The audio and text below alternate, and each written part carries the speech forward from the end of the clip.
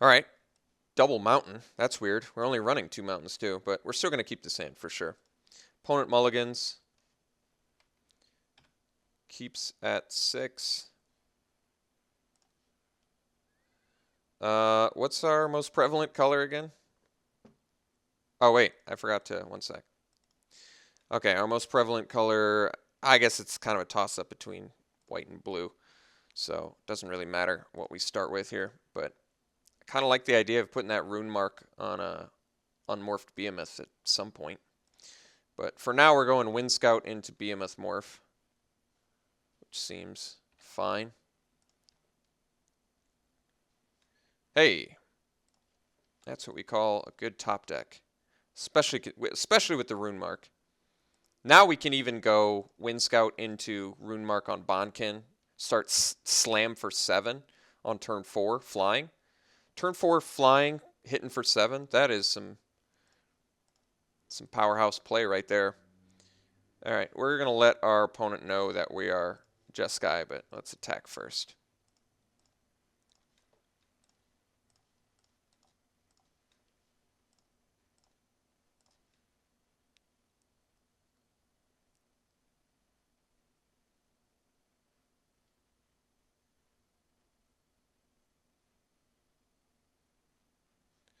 Teamer banner. All right, so we could force away or something along those lines. Geez, Ojutai. So my options here are essentially Warbeamoth or Jeskai Runemark. I think because he hasn't even played a threat yet, and he does have Force Away mana up, I'm just going to attack for 4, play the Behemoth, and pass. I'd rather wait until he's tapped out so I at least guarantee that I hit this Runemark. Or if he leaves mana up next turn, I can at least unmorph my Behemoth, which is also good, since putting a Runemark on that at least eliminates the chance of him having, like... Alright, I don't think it's... This doesn't feel like a safe place to cast the Rune Mark, so I think we're just going to attack instead.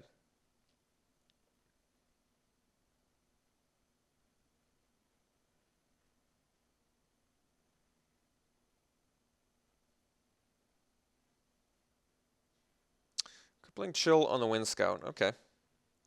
Kind of surprised he didn't do it on the Morph. Oh, maybe he's got a second one?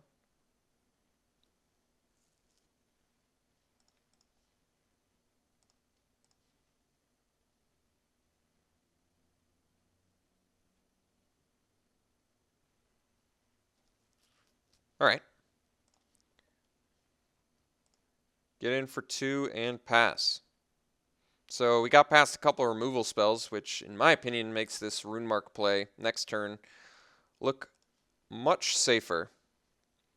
Likely just crippling, chilling, whatever he's playing to get an extra card draw.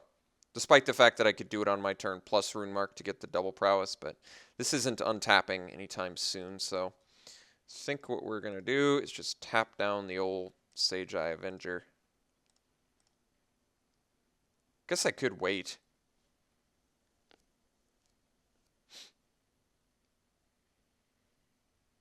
I'm just going to do it.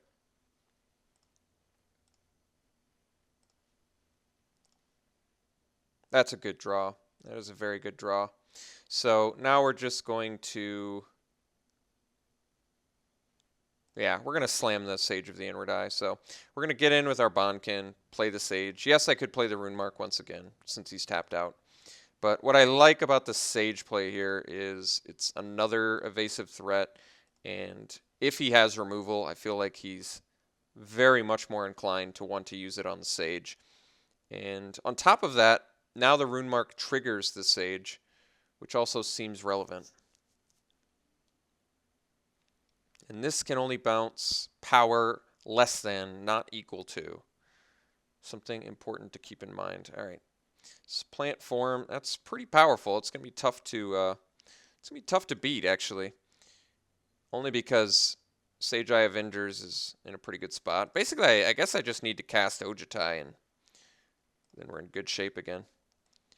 All right, well, it's going to be a little bit before the Ojutai comes up. This is tough.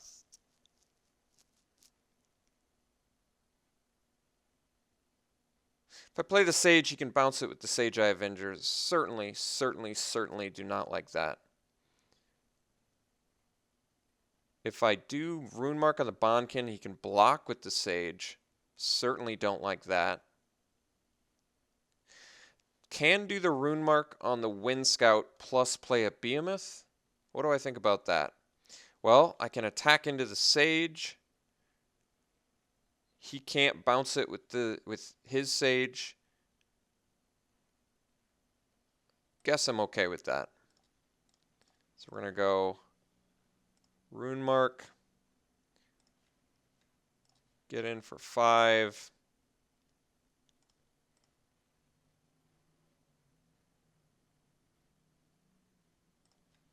And follow up with a Behemoth. Setting up for next turn Ojutai. Plant Form and Sage Eye Avengers. Pretty good rares that we're up against here.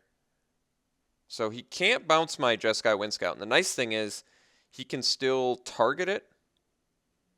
So if he thinks it's tied, for example. No, well, now he can bounce it and we're in just horrific shape. So that sucks, but bad things happen sometimes. So not much I could do.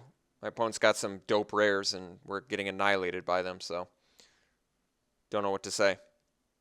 Lost copious amounts of value, but hopefully this Ojutai brings us right back into it. Yeah, this I think that turn that he just took there is possibly one of the biggest game flips I've maybe seen in this this limited format. So that's scary. Oh, and then we draw the Feat of Resistance. That's convenient. Good timing there, Feat of Resistance.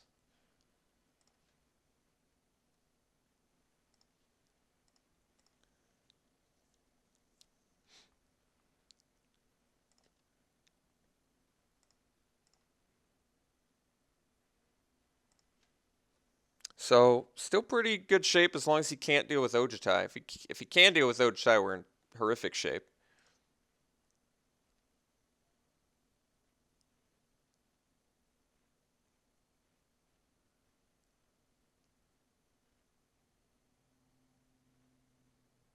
Yeah, so not looking for Hunt the Weak, not looking for Savage Punch, Force Away, Whisk Away.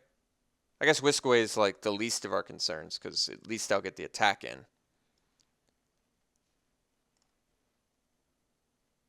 I guess that should have been a consideration for the Lightning Shrieker. It is a dragon that has haste, so I could attack and lock something down. Attacking with both. Well, that's terrifying.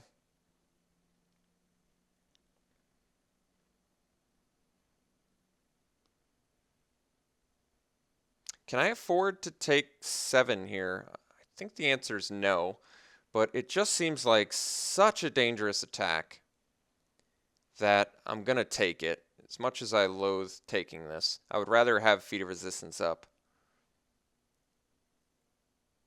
when I block.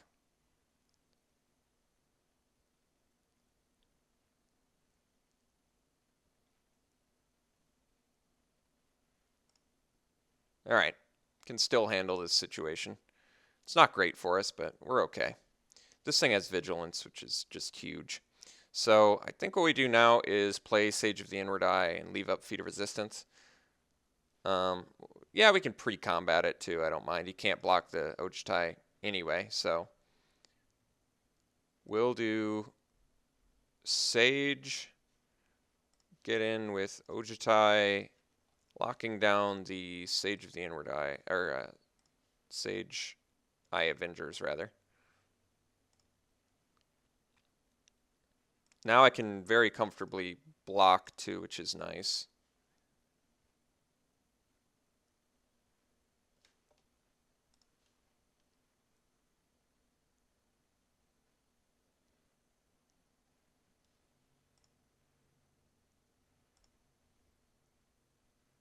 Okay, going all in. So we'll block the Companion and the Sage.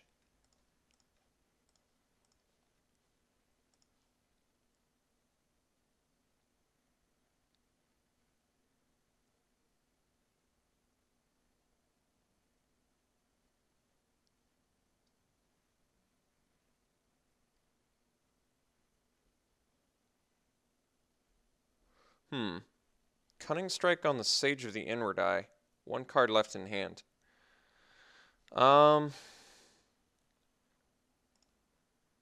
Think I would rather protect it. If his last card's a Whisk Away, he can hit my Ojutai.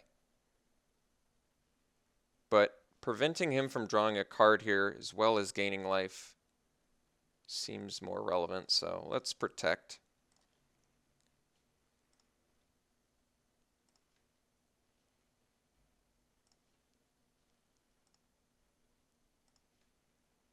All right, now we are pretty good shape. That's actually a pretty good draw too. So we get to keep, yeah. I think we're just gonna get in. I think we're gonna cast Enhanced Awareness for the lifelink here.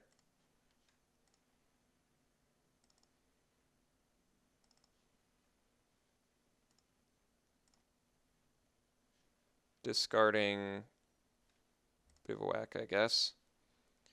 Get in for some damage. Play a Cove. Play, I think, Dragon's Eye Savants. That way I can block his bear with that if I want. Could have played a Bondkin, I guess, too.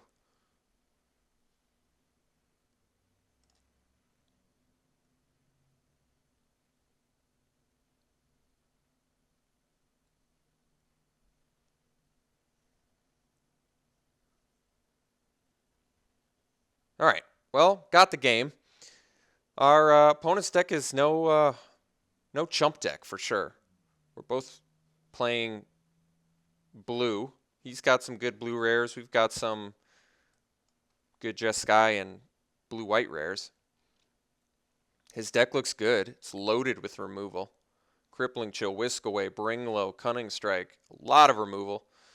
Sage Eye Avengers is a big deal. We do have Suspension Field, though, which helps. Pretty tempted to cast Bring and Cancel. Main reason being, his best cards are 6 mana. He's got the Sage Eye Avengers and the Supplant form, both of which are just asking to get canceled. So I think cancel is definitely going to be a wise idea. What are we cutting for the cancel? I guess probably the Fierce Invocation, because it's the weakest card in our deck. It's more of a card that's, good in game 1 of any match, just good. Whereas cancel could be really good in some matches and really bad in some matches. I feel like Fierce Invocation is just like mid-level at all times, wherever it's at. And I feel pretty comfortable running a cancel over a Fierce Invocation. It just seems like the easiest cut, I guess. So let's do that.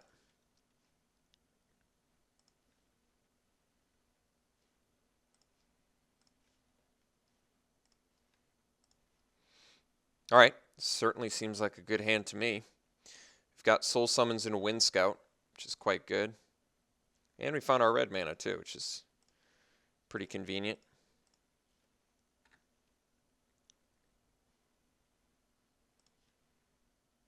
All right, War Behemoth, not bad either. Let's get our Soul Summons out there, see what we manifest. Feat of Resistance, well, to be honest, I would rather draw a Feat of Resistance, but that is okay. All right, definitely going to be swinging into a Morph.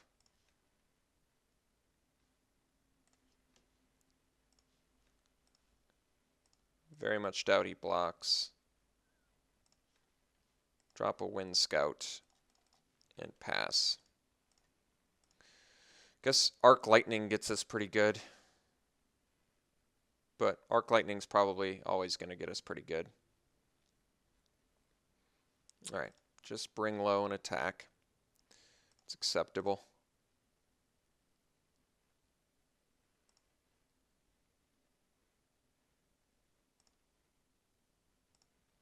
Guess I could have started with the War Behemoth, but I don't think that's right, actually. So let's drop a Swiftwater Cliffs here. Let's get in for some more damage. Let's drop a War Behemoth and pass.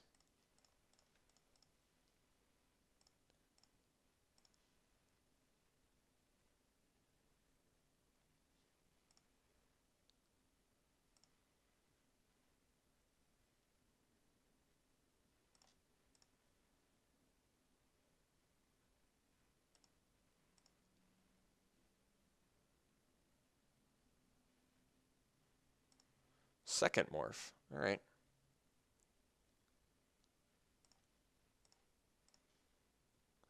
All right. Unfortunately, drawn too many lands here, which is certainly going to pose some problems. But I guess we continue to beat down here. Could actually leave my behemoth back. That's actually not that bad.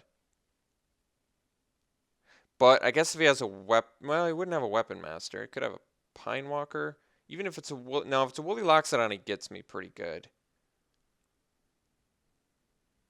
All right, I guess we have to continue to race. I don't want to, but I think we're just going to.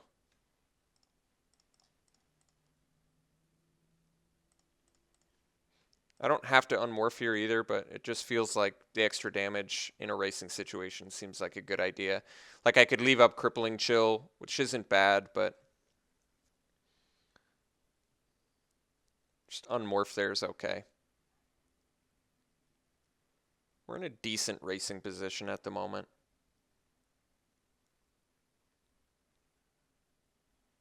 We've got some good removal in hand for the big threats, like say Sage Eye Avengers that he could easily play here.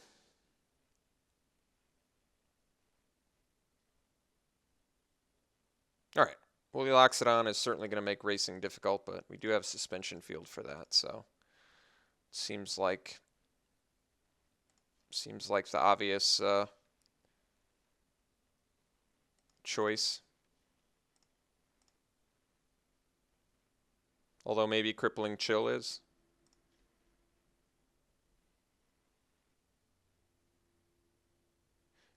Fortunately, I can't do Patrol plus Chill, so I think Suspension Field is going to have to be the choice here. I would like to use the ability. That's why I cast a spell. I don't typically cast spells to not use abilities.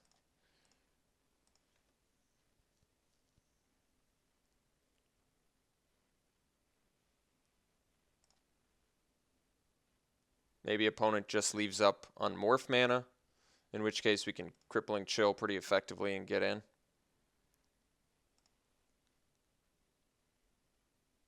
Still swinging for the fences.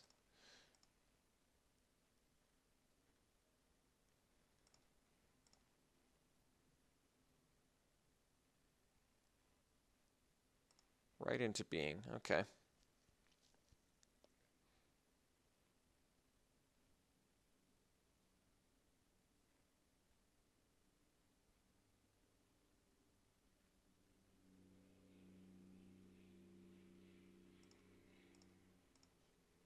Another land draw is pretty awkward here.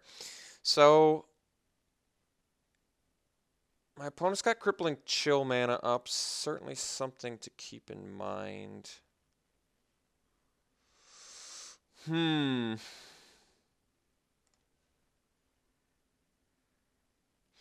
think that I'm going to swing Manifest plus Salt Road Patrol, leave back Warbehemoth to block his morph. I could swing for the fences, I guess. Maybe that's right. Maybe I do just swing for the fences. We'll see what he Crippling Chills, I guess.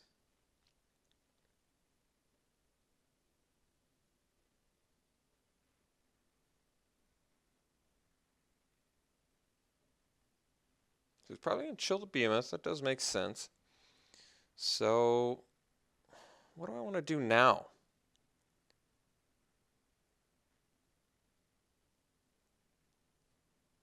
Do I have to play it cool here? Do I have to chill out? Can I still race? I don't think I can.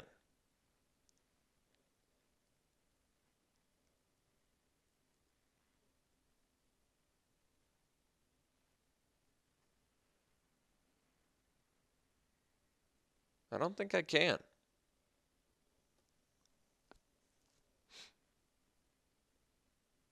Maybe I have to, though. All right. I'm going to bash in with both, and we're going to Crippling Chill his morph on his turn.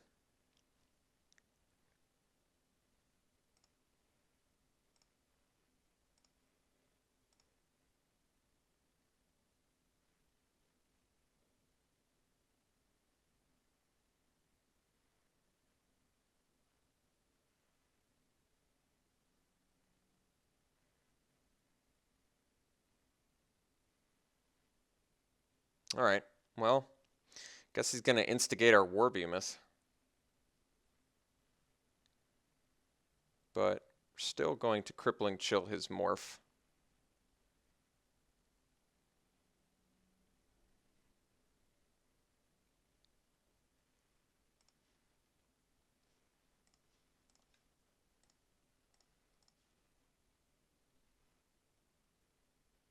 Hope it's not a Pine Walker.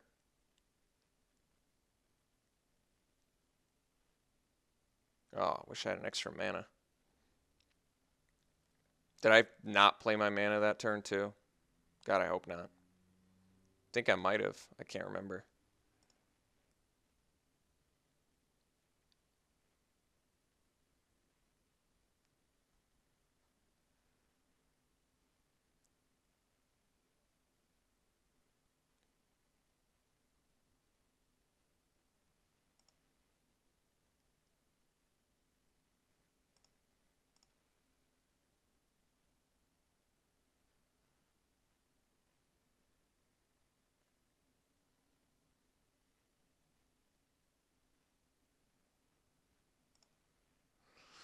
Well, it's a tough spot.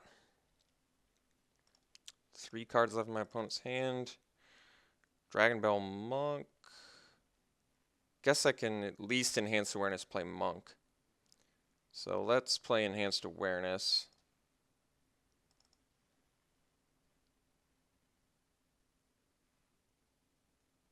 Kill Shot's not bad either. Watcher of the Roost seems like the best card since we are very likely going to need that life.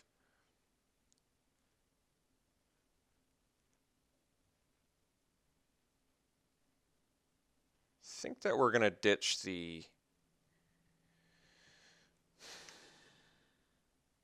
Bondkin versus Monk, I think. We're keeping the Watcher. We're going to play the Watcher. So the question is, do I want to ditch the Monk or the Bondkin?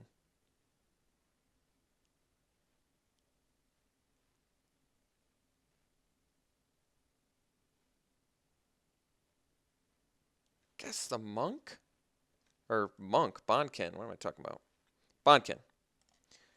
Now we go land, morph.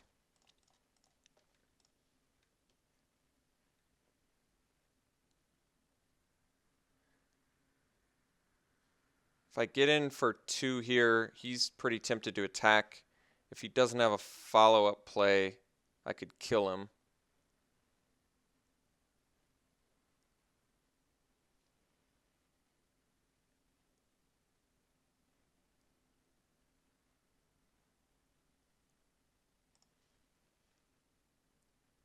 It's not a 2-turn clock regard. Well, if he doesn't have a creature, it's a 2-turn clock.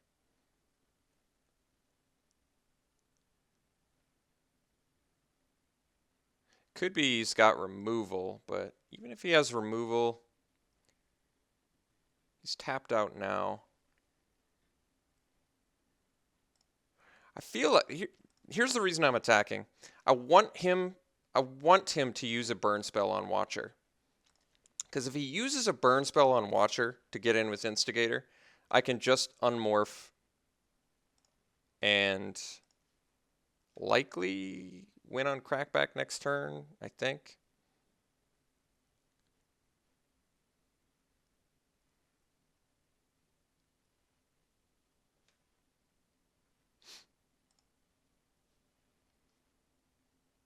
Reveal the Monk. So we'll gain our life. We don't die. Does get another creature. And it's a flyer, no less, but we're still in pretty good shape. I don't think he can too comfortably attack here either.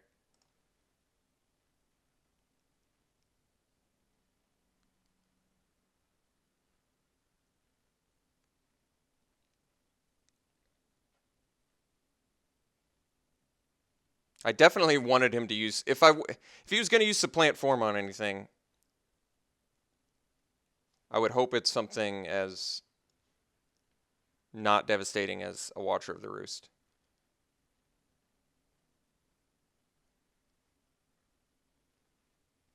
I'm actually 1 mana from playing every spell in my hand, which is kind of nice. Well, that's scary.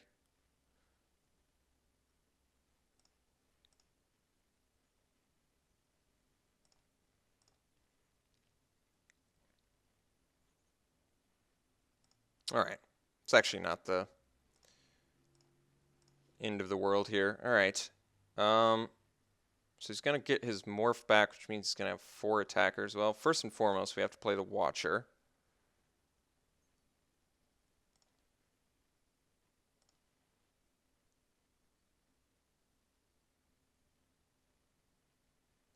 Let me make sure I morphed it, because I'm not sure I did. We don't have any red cards in hand, so don't care about mountains. I can't do Wind Scout and leave up Kill Shot.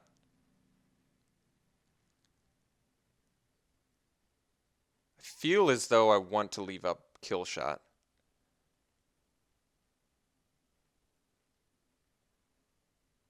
But I also want to leave up Wind Scout. Or play Wind Scout, rather. In case he swings with his Watcher, but maybe he doesn't swing with his Watcher. If I swing with these two, he only has to block the War Behemoth. And he can go to 1. So he'd lose a guy. I could block a guy plus kill shot a guy and gain life. Maybe that is actually the best. Force him to block. If he has removal, though, we're in pretty rough shape. But I feel like if he has removal, we're in rough shape anyway, aren't we? Are we not?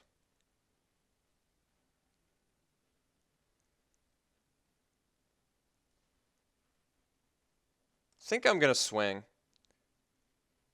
This is dangerous, but I feel like because he's tapped out and I have removal, it feels safer. Because like I said, he does actually have to block here. He gets to lose whatever creature he wants, which I'm surprised is... Oh, okay. Well, he actually did a block I don't mind then. Yeah, that's actually pretty nice.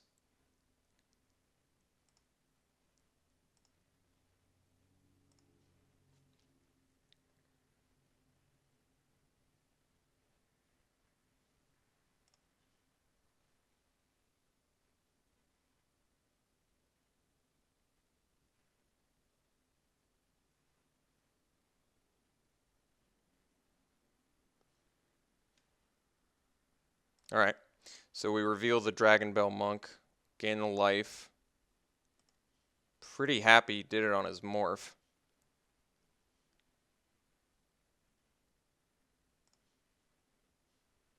Now he's definitely tempted to attack. Kill shot that. Was a tracker. We go to 1 and we win. Wow. Tight match, huh? Tight match.